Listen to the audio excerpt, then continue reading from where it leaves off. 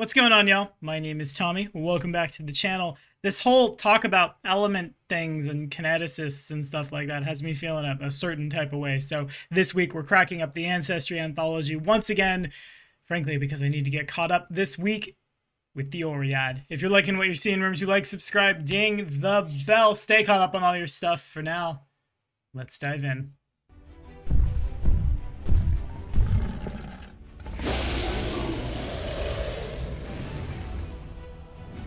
Okie dokie. So, we talked about Oreads in first edition at length a billion years ago. You can follow this card right up here to both catch the where these came from on planet Earth and what they did in 1E. In second edition, it is much the same thing. An Oread is a humanoid whose ancestry at some point commingled with a being from the elemental plane of Earth. Be that a Shaitan, a crystal dragon, Zorns sometimes, so on and so forth. Man, this is tangential, but now that Rage of Elements has been announced and we're playtesting kineticists, one wonders if there will be a metal variant and a wood variant coming down for the plain touched. I digress. The signs that can give away an Oread: anything from skin resembling metal or precious stones, copper and iron veins growing out of their skin, rocks instead of hair, gemstone eyes, you know, rock and stone things. Given that they can come from almost anywhere on the material plane there, they tend to be as diverse a lot as anything else on Galarian, truly. Have I mentioned that's one of my favorite things about in second edition, how it's not just presumed that the plain touched are a human whose bloodline played with another thing, and then in another splat book down the line they were like, maybe other things, but here it's much more codified. Here's me saying it. Anyway, mechanically, the Oread is an uncommon versatile heritage. When you take it, you gain the Oread trait, low light vision, or dark vision if you already had it. And unlike in first edition, it doesn't nuke your speed, so your Oreads in full play aren't locked to a speed of 15 feet. Ugh. You hated to see it, but you like to see it like this. The Dust Soul gains the trained proficiency rank in survival, or something else, obviously, if they had it from somewhere else. They can sustain themselves on dirt and ash instead of normal food and water, and the influence within you manifests as dust and dirt as opposed to like shiny gemstone things. I think that's super cool. Don't get me wrong, as an owner of shiny multifaceted hair, I think that's pretty fun to have at the tables, but like sometimes you gotta go something entirely different, right? Elemental Eyes gains you dark vision if you got low light vision for all you human Oreads out there. Elemental Lore gets you the trained proficiency in your choice of survival and either Arcana or Nature. If you would automatically become trained in survival, you become trained in something else. Y'all know what it is. You'd get Plane of Earth lore as well from this particular go-round. Elemental Trade gets you the trained proficiency in crafting and the specialty crafting skill feat for both stone masonry and blacksmithing. The Gem Soul, dare I say shines bright like a diamond, gains the trained proficiency rank in performance and the impressive performance skill feat. Genie Weapon Familiarity, the Magi's best friend, grants you proficiency with falchions, rancers, scimitars, tridents, and in this case, wish knives and wish blades. When you wish upon a blade, your spell strikes. What rhymes with blade makes them very good enough. The Mire Soul has a connection to the border betwixt the plane of earth and the plane of water, where everything's real muddy.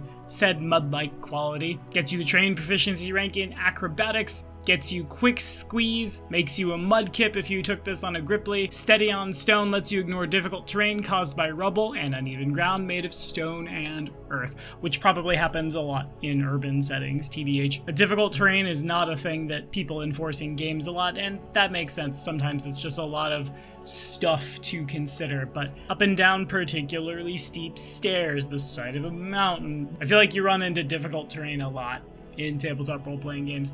Also, when the Steady on Stone Oread makes an acrobatic skill to balance on narrow surfaces or uneven ground made of stone and earth, they aren't flat-footed. Every Oread rogue in an urban setting's favoritist thing. And then, the level 5 feats for one action Fortify Shield. Once per day, you raise your shield, and if you block before your next turn, you add your character level to the shield's hardness when determining how much damage is blocked. Now, I really like this.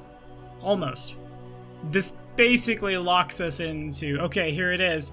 I definitely 100% have to block this big hit that's incoming, and I guess if that's very well telegraphed to you, then so much the better. But I feel like a lot of times when I'm raising my shields at tables or when my parties are, that will just cause a miss, or they might not block. So like this is a thing you turn on that I feel like sometimes you would turn on and waste, but it's like 90% of the way there for me. And when this works, staple that to a sturdy shield and then have someone react to reduce the damage, or you or a might cleric. There are a lot of spooky things here that might just flat out negate the bigger hits sometimes. Genie Weapon Flourish gets you the critical specialization effect of all the genie stuff. Skillful Tail. What elemental earth creature has a tail? Do Zorns have tails? I'm not looking at the art for Zorns. They do or do not, as you see in this image. I guess dragons. Yeah, and crystal dragons. Good, we got them. Lets you use interact actions to open unlock doors, but you can't wield things or do things with significant manual dexterity. Treacherous Earth for 1 action, once every 10 minutes. Makes a difficult terrain block in a 5-foot burst, centered on one corner of your space, which is dope when you're afraid the casters are going to step away and then cast. Hey wait, don't we also ignore difficult terrain caused by rubble and uneven ground made of stone and earth? Huh. Wild. Look at that. That's synergy, kids. Earth Sense does exactly what it fucking says it does. Gives you Tremor Sense as an imprecise sense with a range of 30 feet. And Shaitan Magic gives you Glitter Dust and Resist Energy once per day, each as 2nd level Arcane Innate spells. For when you really, really want to stand in the wizard's fireball, but not, like, get burnt to death about it. Genie Weapon Expertise lets you track up your weapon proficiency with all those other fancy things you're swinging at people. Metal Veined Strikes, all the way to level 13 to get. I think this could have been like 1 or 5, TBH. Turns your unarmed attacks to either cold iron or silver, but like by level 13 you have that option generally from class feats or having spent money. Damn it. Yeah, 1 or 5 on this one. One with the Earth gives you a burrow speed of 15 feet. Never underestimate the power to move through the terrain. Additionally, never underestimate that GMs who are with their salt cannon will play with the dynamic lighting and or walls to facilitate this. You don't need a rogue when you have a Diglett. Shaitan Skin lets you cast Stone Skin on yourself only thrice per day as a 4th level Arcane Innate. So when you say that your character's skin is made of stone, it's more than just flavor text. Summon Earth Elemental, yeah, that's what it does. Do I need to say it? Read.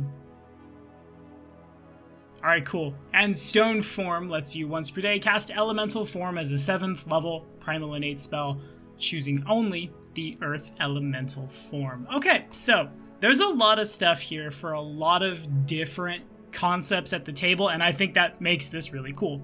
There are some things I would do better. I wish that maybe you didn't expend Fortify Shield if you used it but then didn't shield block. I wish the Cold Iron punches were a little bit lower level. But that said, I think every class in the game can benefit from playing as an Oread. It's really hard to whack-a-mole the wizard when the wizard is popping up farther away and then dropping back down again. For 2 actions, I cast Oops, Something is Dead Now, and then I burrow 15 feet under the ground.